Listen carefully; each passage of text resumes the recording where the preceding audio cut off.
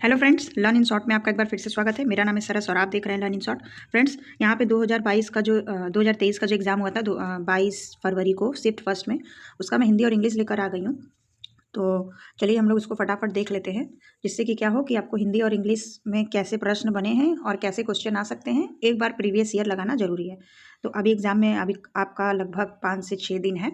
तो चलिए हम लोग देख लेते हैं। देखिए यहाँ पे आपका मेंशन है और मैं आपको इसमें जो भी आंसर बताऊंगी वो आपको वही आंसर बताऊंगी जो केवीएस ने वो किया था अपना आंसर शीट में, उन्होंने अपना वो दिया था आंसर। तो चलिए आगे बढ़ते हैं। हिंदी और इंग्लिश के करीब आपको 60 क्वेश्चन मिलेंगे, तो फटाफट हम लोग इसको सॉल्व कर लेते हैं। देखिए यहाँ पे पूछा है कि मिराकुलस का क्या होगा सिमिलर मीनिंग, मतलब कि पर्यायवाची। ठीक है, मिराकुलस का क्या बोलेंगे? इसको फेरवेंट बोलेंगे, एक्स्ट्रा ऑर्डिनरी बोलेंगे, या फिर रेवेंट बोलेंगे, या फिर ऑड बोलेंगे। तो जो इसका सिमिलर मीनिंग होता है मेराकुलस कुलोस, इसको एक्स्ट्रा ऑर्डिनरी बोलेंगे। मतलब आप लोग किसी भी चीज़ को बोलते हैं ना कि बहुत एक्स्ट्रा ऑर्डिनरी है, तो उसका मतलब मिराकुलस भी होता है। तो यहाँ पे जो आपका सही आंसर हो जाएगा वो हो जाएगा आंसर 2 आपका, एक्स्ट्रा ऑर्डिनरी।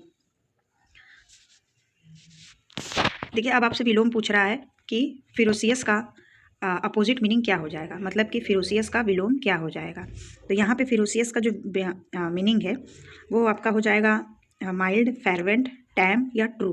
तो अपोजिट पूछा है, तो फिरोसियस का देखिए मतलब होता है उग्र, जो मतलब कि बहुत ज़्यादा उत्पादी नहीं होते हैं, जो बहुत उग्रवादी होते हैं।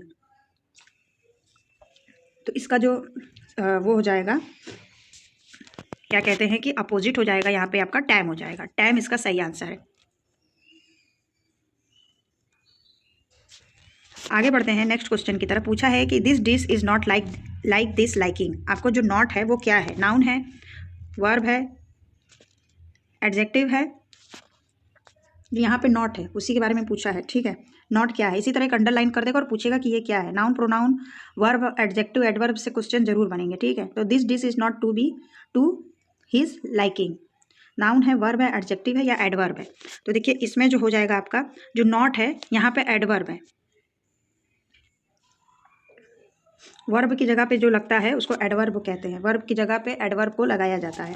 उसके बाद आगे बढ़ते हैं। देखिए एक्टिव और पेसिव वॉइस से आपके क्वेश्चन जरूर बनेंगे और नरेशन से भी आपके क्वेश्चन जरूर बनेंगे। मुझे लगता है जहाँ तक कि 10-10 नंबर का है तो पैसेज नहीं पूछ सकता है, शायद हिंदी में पूछ ले, लेकिन हिंदी में इंग्लिश में कम चांसेस है, या फिर इंग्लिश में पूछेगा भी तो हो सके 5-6 लाइन का पूछ ले। तो पैसेज पूछ लेगा तो वो तो अच्छी बात है, अदरवाइज मुझे नहीं लगता कि इस बार पूछेगा।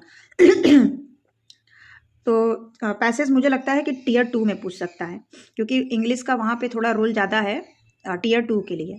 तो देखिए पूछ रहा है कि इसमें क्या पूछ रहा है, आपसे वॉइस पूछ रहा है ना, पेसिव वॉइस में। तो है he has liked this food. इसका क्या पेसिव वॉइस बन जाएगा?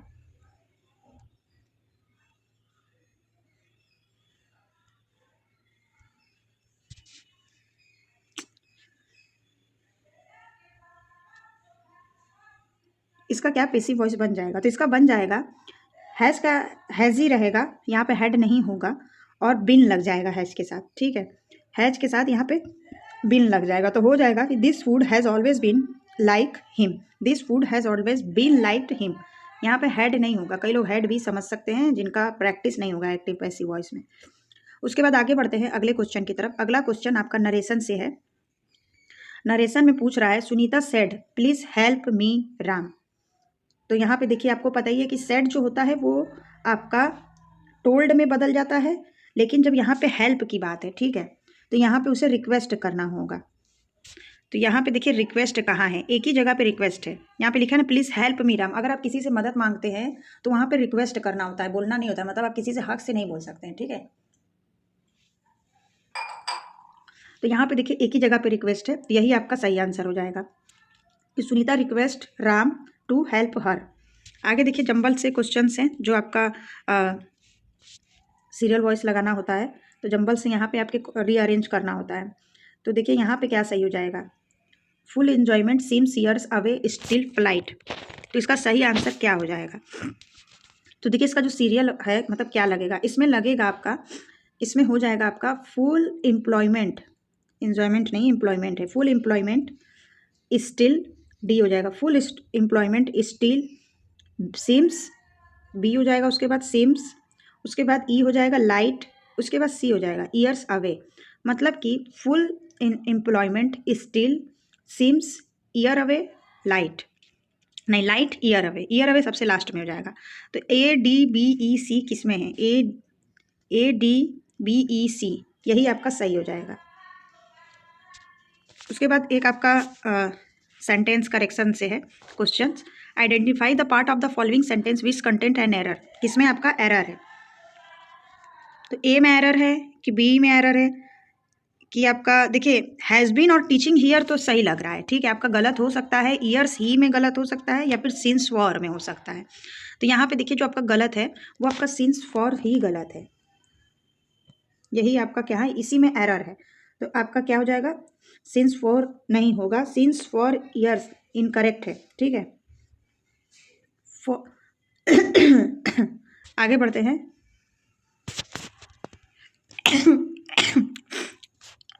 सॉरी, आगे आपका है fill in the blanks. I think he is a quite dash the idea, मतलब कि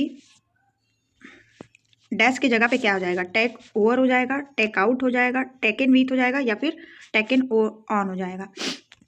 तो अगर आपको ऐसे इसको ऐसे आता भी नहीं आपको सेंटेंस मिलाने, तब भी आप इसको ऐसे बोल के भी देख सकते हैं। यहाँ पे टेक इन विथ जो है वो बिल्कुल आपका सही हो जाएगा।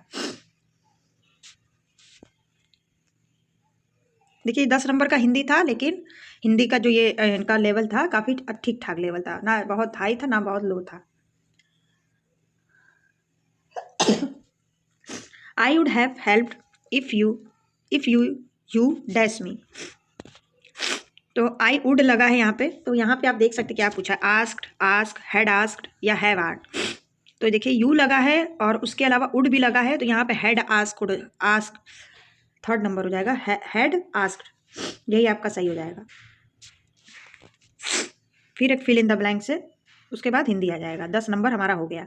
In his book he has taken dash his father, taken for his father, after his father.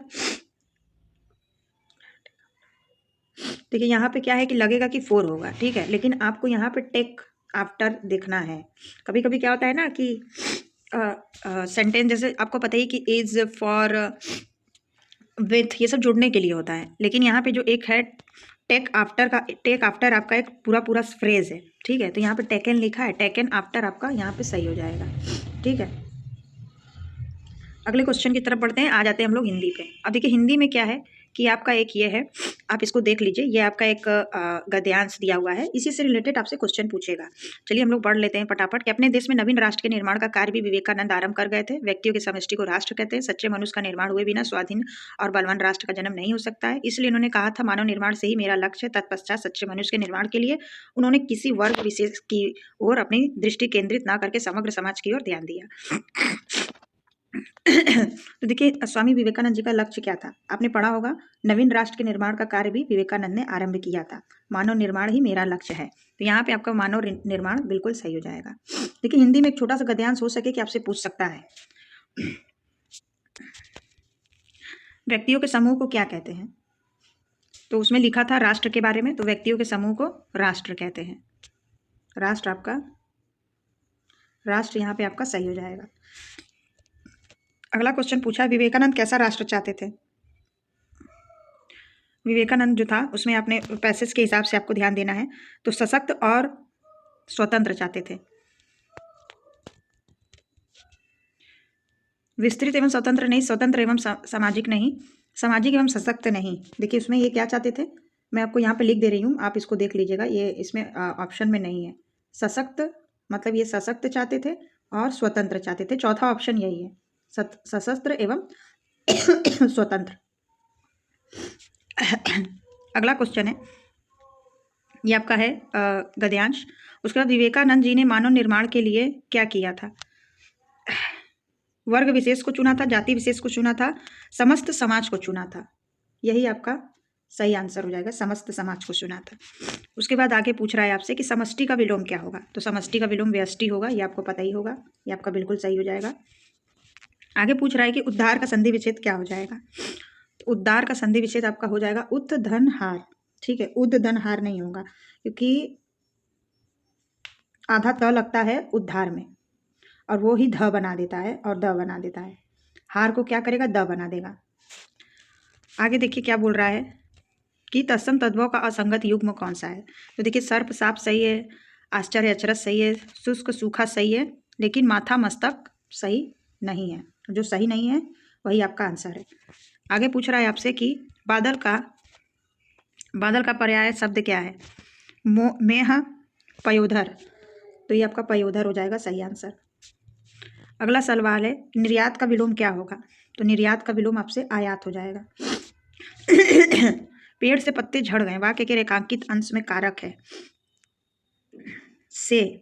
तो देखिए आपको पता ही है कर्ता ने कर्म को करण से, तो लेकिन यहाँ पे जब पेड़ से पत्ते झड़ गए तो यहाँ पे अपदान होगा आपका, करण नहीं होगा।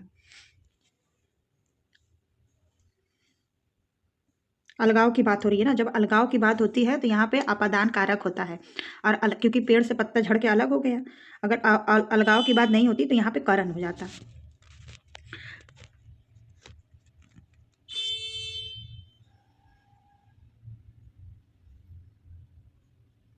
तो चलिए ये हमारा हिंदी इंग्लिश कंप्लीट हो गया है। आगे इसमें 20-20 नंबर का और हिंदी इंग्लिश पूछा था, हम लोग उसको भी अब फटाफट देख लेते हैं।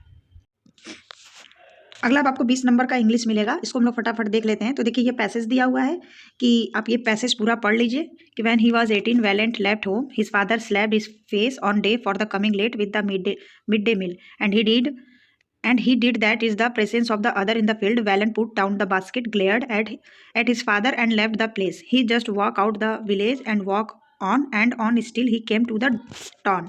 He starved for a couple days, begged wherever he could and arrived in the Malgudi, where after much unlocking about, an old man took him on the assist him in the laying out the garden. The garden existed only in the mind on the gardener. What they could see now was acres upon acres of wheat covered land. Valen's job was to destroy all the vegetation he could see. Day after the day, he sat in the sun and tore up the unwanted plant. All the jungle gradually disappeared and he land stood as far as football. तो ये सारा passage था, क्योंकि आगे ये अभी नहीं देखने को मिलेगा इसलिए मैंने पढ़ दिया। अदरवाइज मुझे नहीं लगता कि पैसेज पूछेगा, फिर भी हम लोग देख लेते हैं। तो पूछ रहा है कि वैलन ने घर क्यों छोड़ा था। Valan left home as dash, क्योंकि वो क्या हुआ था, he felt humiliated to the presence of other, यही आपका सही हो जाएगा। फिर ठीक है, फिर अगले क्वेश्चन की तरफ बढ़ते हैं। अगला क्वेश्चन है कि before Valan come to Malgudi तो यहाँ पे सही आंसर हो जाएगा he even had to beg for food.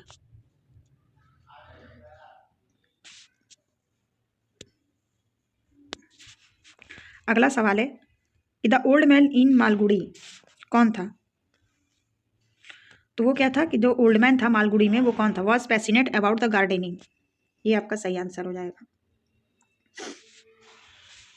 आगे बताना है आपको which of the following statement is not true, सही नहीं क्या है। तो यहाँ पे जो आपका थर्ड आंसर है he learn to use farm implements, यही आपका सही हो जाएगा। अगला सवाल है dash after much knocking about dash the underline phrase mean the same as, इसका मीनिंग बताना है कि इस जो फ्रेज का मीनिंग क्या होगा। Meeting after people, going here and there, trying several jobs, hitting some people. तो यहाँ पे सही आंसर हो जाएगा गोइंग हियर एंड देयर। इस फ्रेज का मीनिंग आपका गोइंग हियर एंड देयर हो जाएगा। आगे बढ़ते हैं।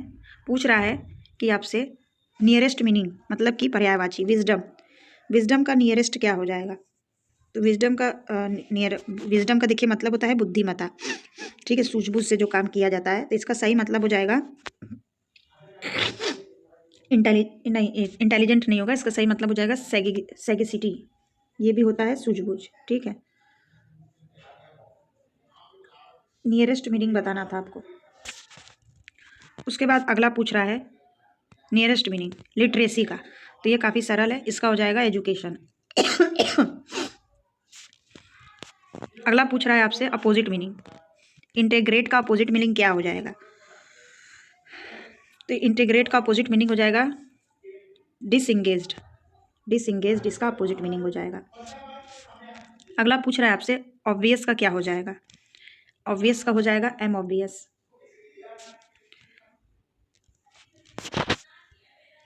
अब आपसे पूछ रहा है कि the other room has 2 beds in it.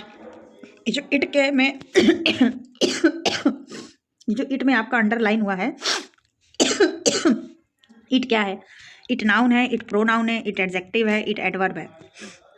तो जो आपका इट है ये आपका प्रोनाउन है। नाउन की जगह पे जो यूज किया जाता है उसको प्रोनाउन कहते हैं। आगे पूछ रहा है कि the balloon was grounded bye strong winds. तो ये ग्राउंडेड क्या है? ये नाउन है, वर्ब है, प्रोनाउन है या एडजेक्टिव है? तो देखिए आपको पता ही है कि ग्राउंड जमीन होता है, जमीन ये एक वर्ब है और इसका ये वर्ब का ही फॉर्म बना हुआ है ग्राउंडेड। यही आपका सही हो जाएगा। अगला सवाल फिर आपसे पूछ रहा है, ये आपसे रीअरेंज वही जंबल वाले हैं कि the ground there is a for the policy on lots of support. तो इसका सही आंसर क्या हो जाएगा? The ground there is a, तो इसका सही आंसर कैसे आप बनाएंगे? तो इसका सही आंसर हो जाएगा BDCA। मतलब कि आपको बनाना है कि there is a lots of support for the policy on the ground. दूसरा वाला ही आपका सही हो जाएगा। रीअरेंज वाले देखिए क्वेश्चन काफ़ी बनते हैं, अभी हमारे इसमें भी ये क्वेश्चन रीअरेंज वाले बने थे। उसके बाद पूछ रहा है कि रीअरेंज वाले ये भी है, तो क्या पूछ रहा है इसमें कैसे बनेगा? इसमें बनेगा आपका फॉर द। देखिए कभी कभी हमें लगता है कि फॉर द से कोई वर्ड कैसे स्टार्ट होगा, तो कभी कभी ये लोग क्या करते हैं कि बीच से, जैसे आप एक कहानी बोल रहे हैं उसमें से बीच से एक लाइन उठा के इधर उधर सेट करके आपको दे देते हैं, तो बन जाता है ऐसे भी। ठीक है, तो यहाँ पे आपका फॉर द से ही नहीं, यहाँ पे हाँ फॉर द से ही आपका स्टार्ट होगा। For the first week he never heard the talented singer. ठीक है, तो यहाँ पे आपका हो जाएगा BDAC। BDAC ये है, यहाँ पे आपका यही सही हो जाएगा। आगे बोल रहा है वॉइस बनाने के लिए। ठीक है, तो यहाँ पे the editor welcome correspondence from leaders. तो इसका वॉइस कैसे बनेगा? तो आपका सबसे पहले यहाँ पे फ्रॉम लीडर्स नहीं आएगा, यहाँ पे सबसे पहले आपका आएगा करॉस्पॉन्डेंस। करॉस्पॉन्डेंस फ्रॉम रीडर्स, यहाँ पे इज लग जाएगा। Is welcome by the editor, is welcome, बस यहाँ पे इज लग जाएगा और बाय लग जाएगा और ये एडिटर हो जाएगा। यही आपका सही है, बाय द एडिटर, इज और बाय लगेगा।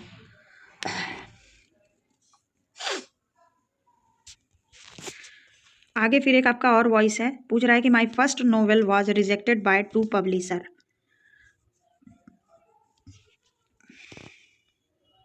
ये आपका ऑलरेडी वो है, बाय लगा हुआ है, ये आपका पैसिव वॉइस है, आपको एक्टिव वॉइस में इसको लाना है। तो देखिए यहाँ पे सबसे पहले क्या हो जाएगा, 2 पब्लिशर आ जाएगा।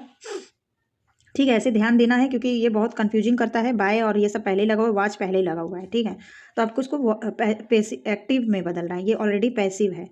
तो यहाँ पे हो जाएगा पहले 2 publisher rejected my first novel, was और बाई यहाँ से हट जाएगा, यही आपका सही हो जाएगा। आगे फिर आपसे एक फिल इन द ब्लैंक्स पूछ रहा है कि she looked dash his face and felt sorry dash him. तो यहाँ पे हो जाएगा एट और 4। अगला सवाल है she should have been promoted dash monitor promoted the class, as और ऑफ हो जाएगा।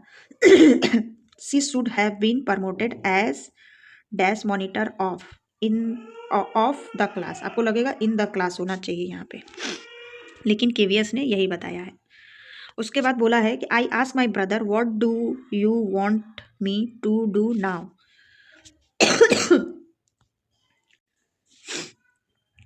इसका सही आंसर हो जाएगा, ये आपको नरेशन में बदलना है, तो हो जाएगा यहाँ पे आई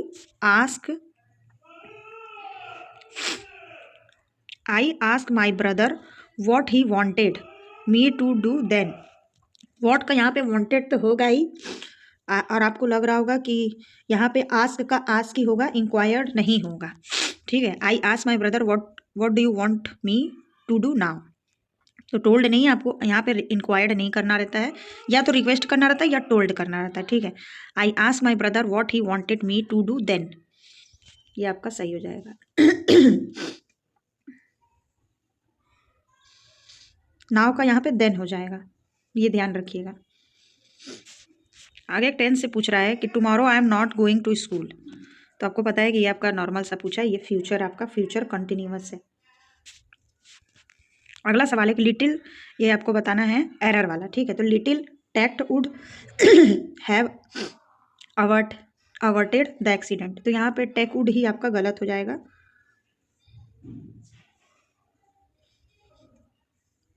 टेक वुड आपका गलत हो जाएगा, मतलब कि बी।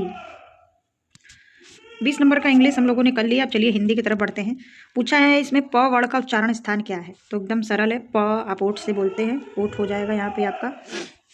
अगला सवाल है कौन सा शब्द व्यक्तिवाचक संज्ञा वाला शब्द नहीं है। मोहन, काशी, यमुना, नदी। देखिए मोहन, काशी, यमुना ये सब व्यक्तिवाचक है, लेकिन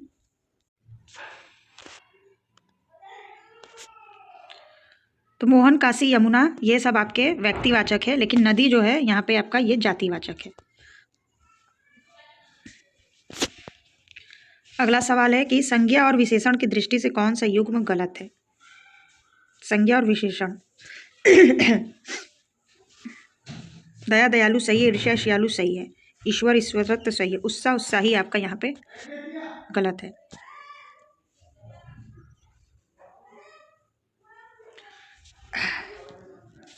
अगला सवाल है कि बहुवचन की दृष्टि से कौन सा युग्म सही नहीं है।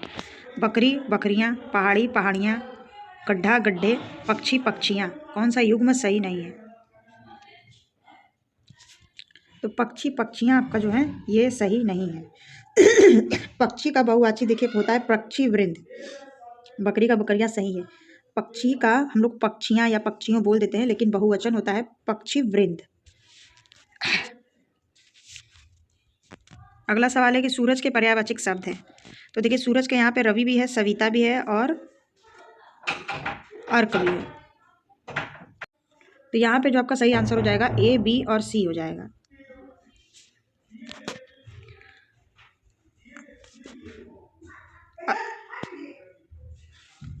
असंगत विलोम शब्द कौन सा है। बलवान और मजबूत, ये असंगत है क्योंकि ये दोनों एक ही बात हो गया। स्त्रीलिंग शब्द कौन सा है।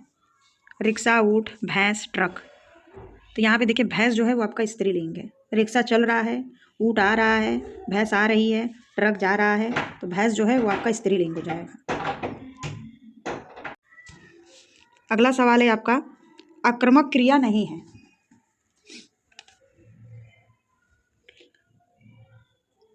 तो सारे यहाँ पे आक्रामक क्रिया नहीं है पूछा, तो राहुल काम करता है, ये आपका आक्रामक क्रिया नहीं है, बाकी सारे आक्रामक क्रिया है।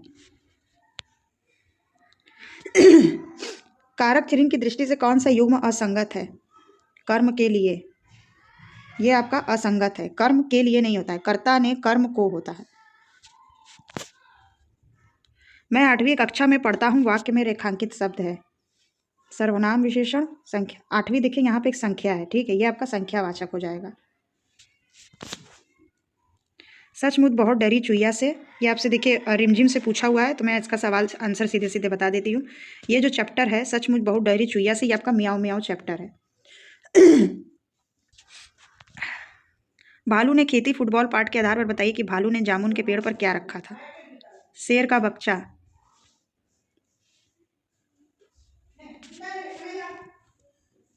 बस के नीचे बाघ पाठ के आधार पर बताइए कि बक्स के अंदर बाघ ने क्या देखा। 2 छोटी लड़कियां।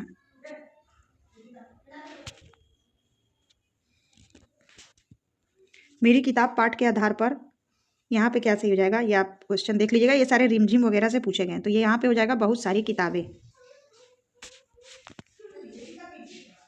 कछुआ, लोमड़ी और तेंदुआ, ये कौन सा चैप्टर है। दोस्त की मदद।